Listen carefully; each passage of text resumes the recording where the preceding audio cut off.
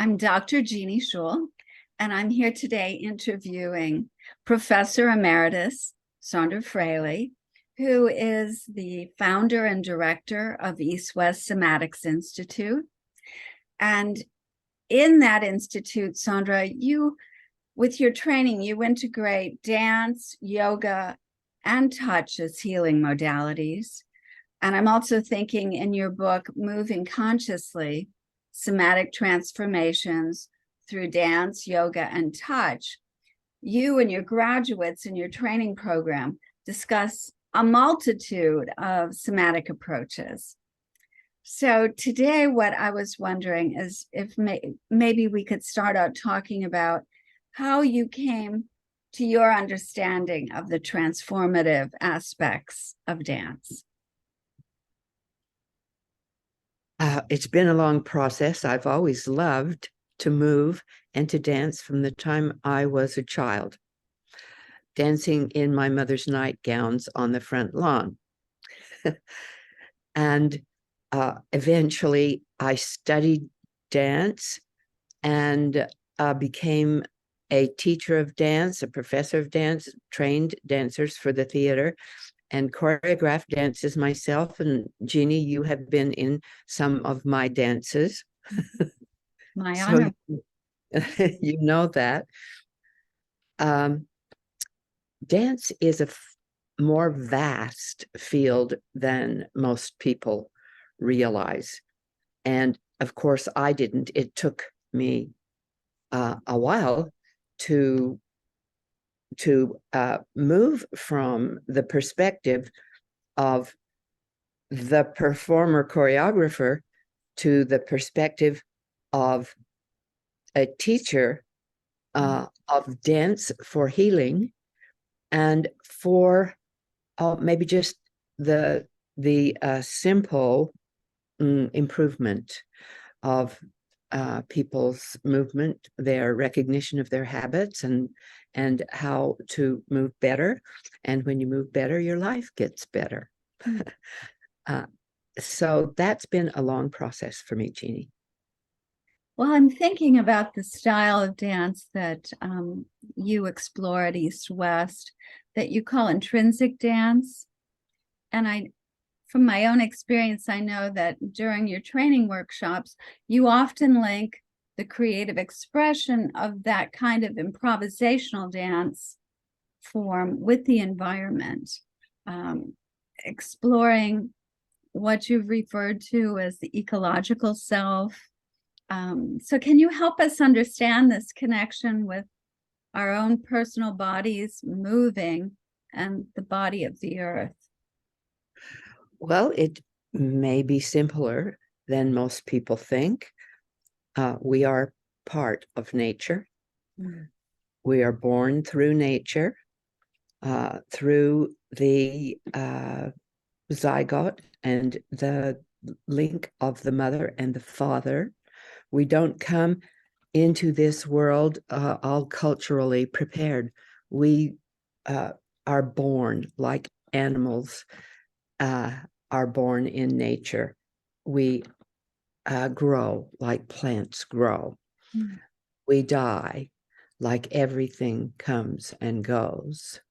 So we are part of all of these natural processes, but we're cultural beings as well.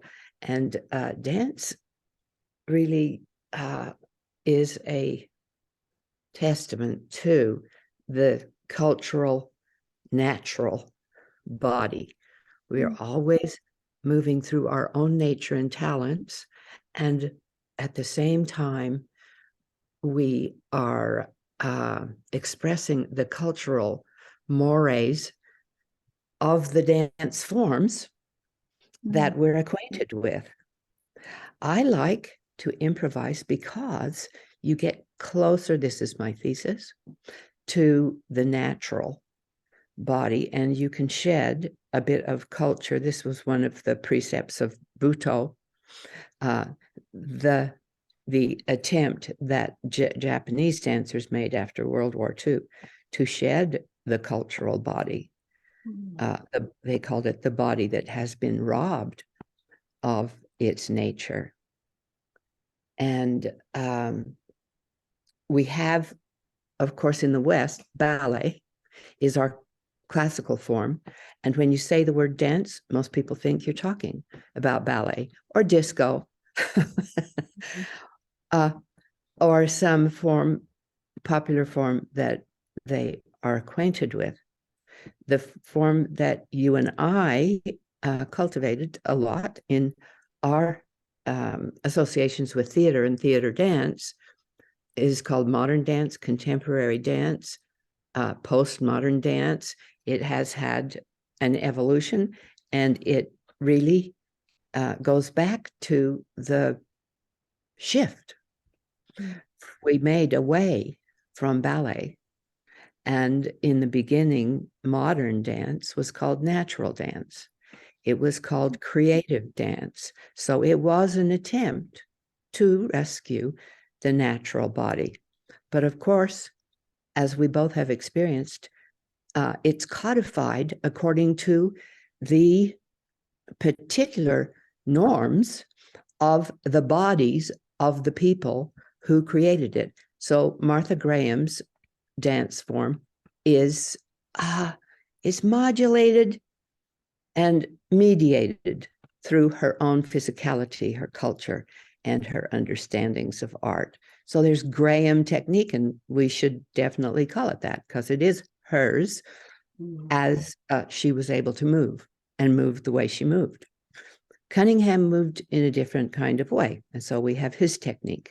We have all these kinds of techniques that are built on personal norms that came out of modern dance. The postmodern dance, they devolved to pedestrian forms. They said, we're going to throw all of that away. We don't like all the Graham and the Cunningham, and we believe that style is the enemy. And they thought they were getting rid of style, but I say you cannot erase style from movement. We all have our personal style. My way of walking and your way of walking, Jeannie, will be similar because we both have two legs and we'll be putting one foot in front of the other. But as far as style is concerned, people would be able to identify your style and my style, and people have personal style that comes out of how they've learned how to move and their proclivities from their birth. What you do when you improvise, do you really let go of culture? Do you let go of your personal norms, your particular style? I don't think it's possible. But one of the things that the somatic work does, and here's another big word for us, Jeannie, in terms of transformation, one of the things that the somatic work does is give you movement patterning classes and problems to solve, which take you away from your habits. So you get to understand a little bit more about what your personal style is.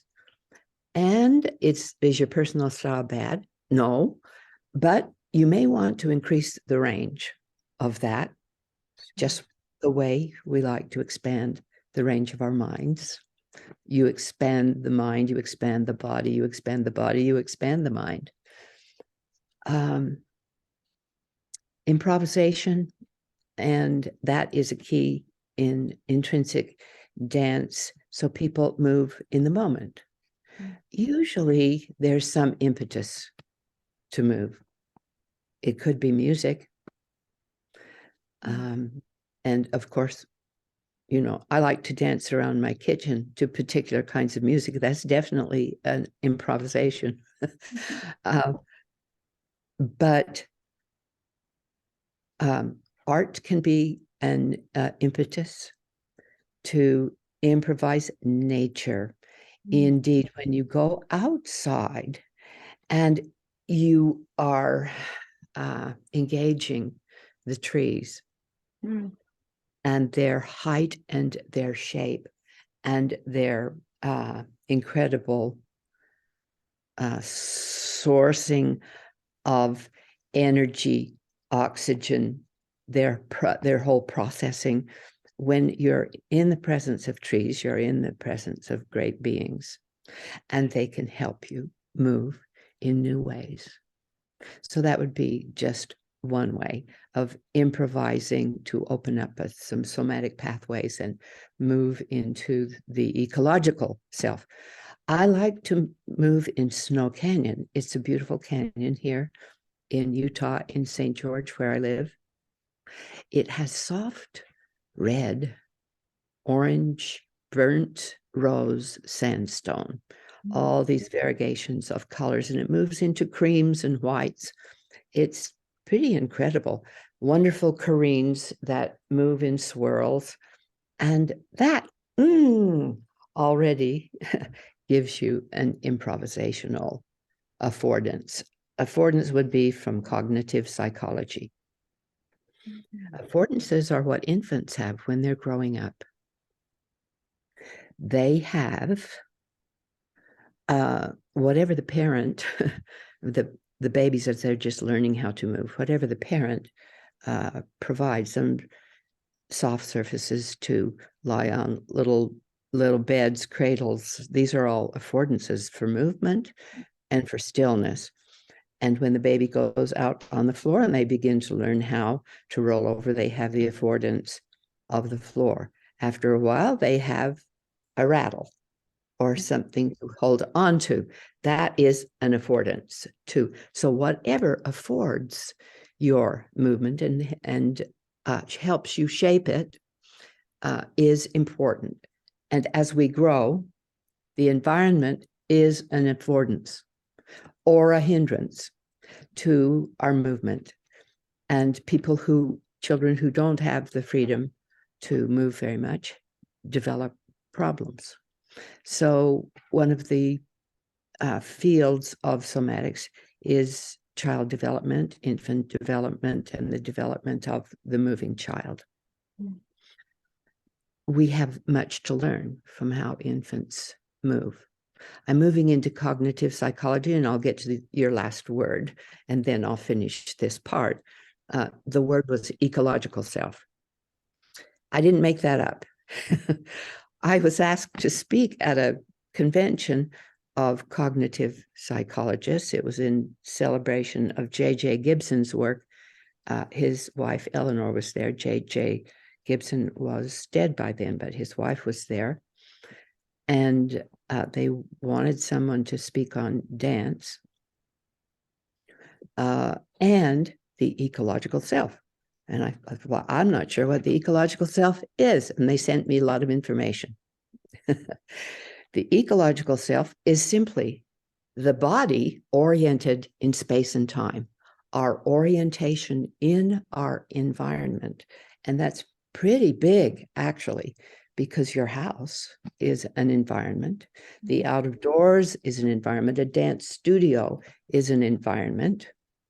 The ecological self is the self comported in its environment. Thank you. Wow. That's a lot. That's a lot. But it gives us a handle on intrinsic dance and the environmental connection. Another area I wanted to get into is that in Jeanne Somatics, we often use the term listening hands. So could you help us get a sense of how we can attune to another, perhaps through touch? We do it automatically all the time. You and I are touching now, even though we're on Zoom and we're at a distance. Your smile is touching me, your eyes are touching me, and I'm sure that my ambiance, my whole presence, and the way I am, however that is, often quite animated, is touching you. So what about actual physical, tactile touch? One can learn how to develop a listening persona, and I call it listening hands, but the hands are part of the body. The arms are part of the body.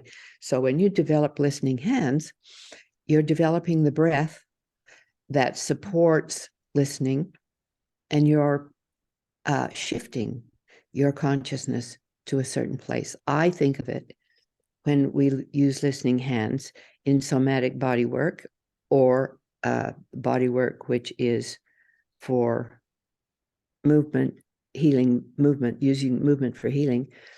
I think of listening as a meditation.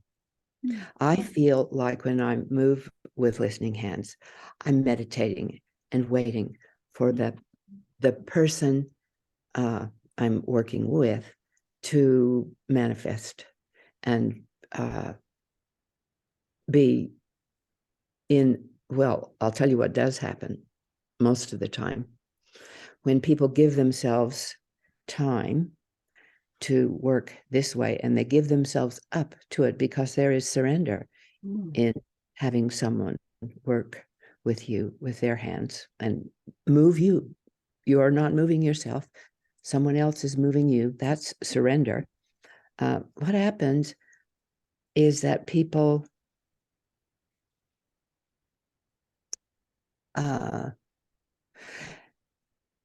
there's a kind of wisdom that comes through in surrender. I like to call it body wisdom. The body knows how to heal. And most doctors will know what you're talking about, because they know they are not the healers. They can send you on your way, but it's your body itself which will do the healing. And it needs to be ready, and it needs to know how. And that's part of nature, to go back to the beginning of what we were talking about. The body has a natural proclivity for healing, a natural capacity for getting better. If you skin your knee, over time, pretty soon, it will start to heal. And you probably don't have to go to the doctor. The body knows how to heal that scrape. So when the body wisdom starts to come to the fore and people surrender to healing body work, the place of the practitioner is not to be, I shouldn't say not. The place of the practitioner is to listen and to pay attention, to notice how that person's body is disposed to move, and movement is our modality for healing. So you can move with the way that person's body seems to want to move. We just take an example, and it's all very small movements. The head. If you place your hand on a person's head and they're lying down, it will become quite obvious. Right now, you can see my head. Which way would it want to move? What do you think, Jeannie? Feels like maybe this way, just watching. This way. Mm-hmm. To my right. So yeah, I carry my head to the right a little bit. And so probably the guess would be that's the way it would move most easily. And so to begin that way would be logical, to move people in the way their body wants to move. Now, isn't that a revelation? Because what we've been taught so much about movement is no pain, no gain, that we need to push into the blockages and make them move. That's not the somatic way. We move with the body until it becomes apparent that there is more to be done and learned through movement than that person may realize.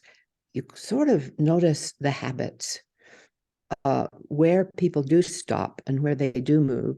And you can, with listening hands, take people into new experiences directly with your hands.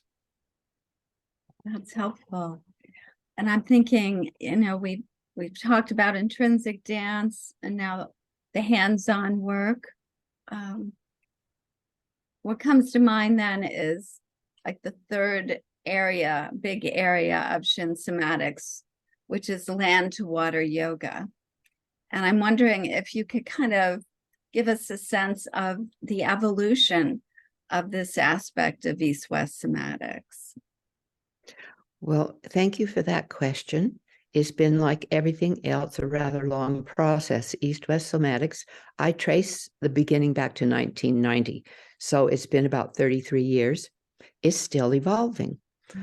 My students are adding things to land to water yoga because I like to encourage people to be creative with this yoga. It is a creative yoga. It comes out of hatha yoga. So a lot of the shapes, the forms, the asanas, you would recognize in hatha yoga, but we do them differently. We move through them. Again, movement is the modus operandi.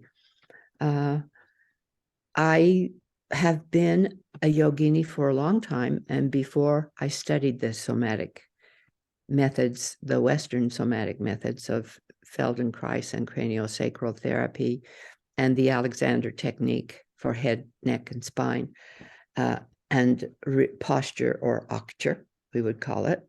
Posture comes from post. We don't want that. Long time developing. I was already, yoga was in my body, and I'd had a lot of teachers who were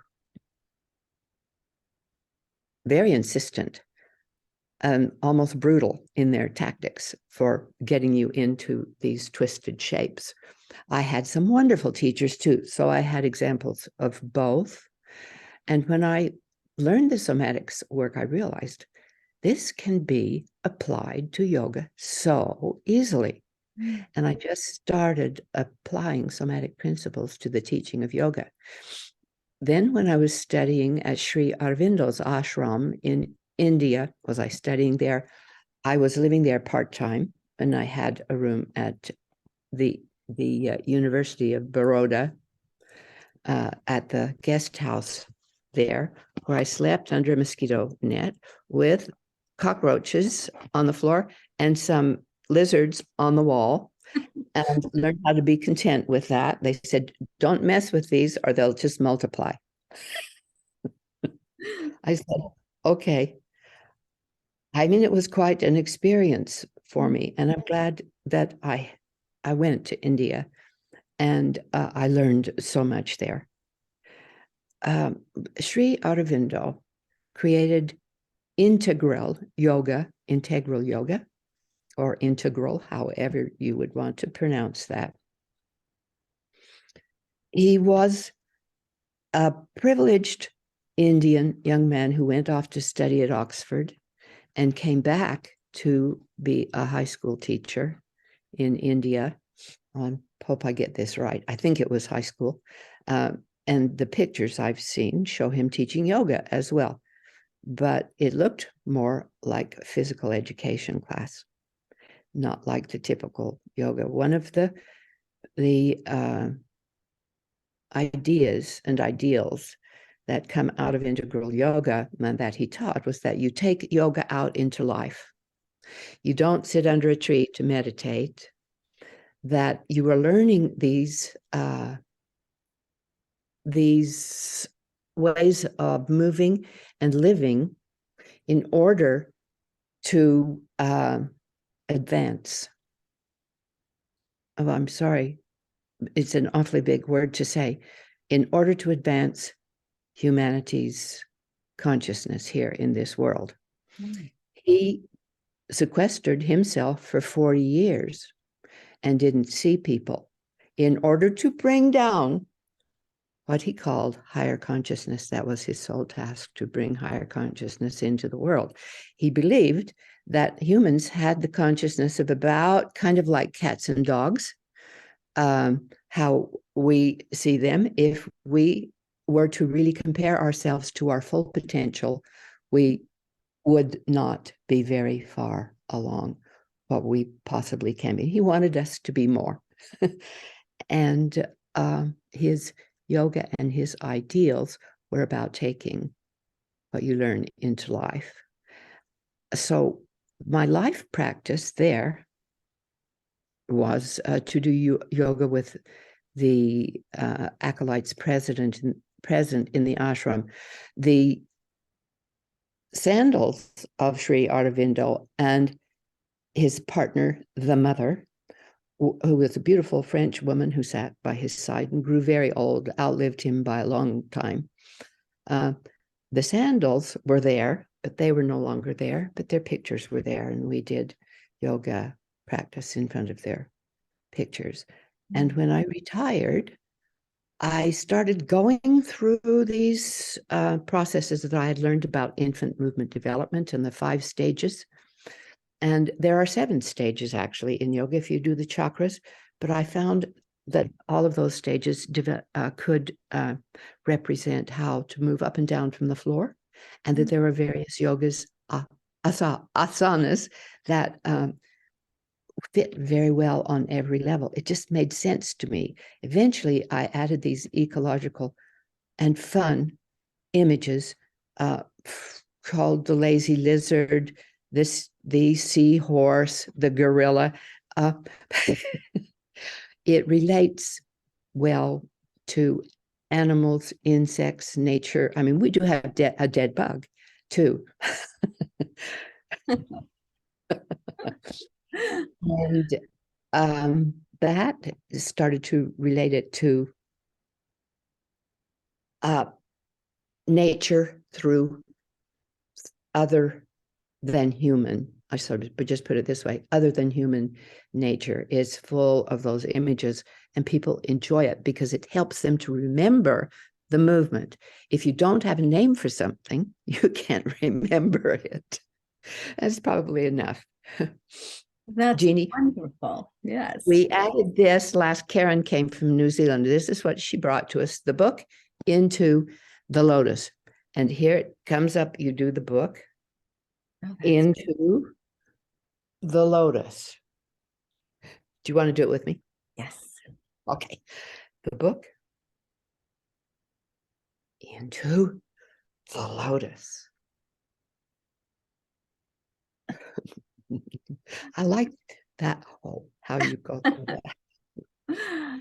Thank you so much for sharing just a taste of all of your experience and this incredible training program that you have evolved. And we can get some sense of it in the Land to Water Yoga book that you've authored, as well as the 12 other books that you've written. So I'll send folks to Amazon to find you. But thank you so much, Sondra. You're welcome. Good to spend time. Absolutely.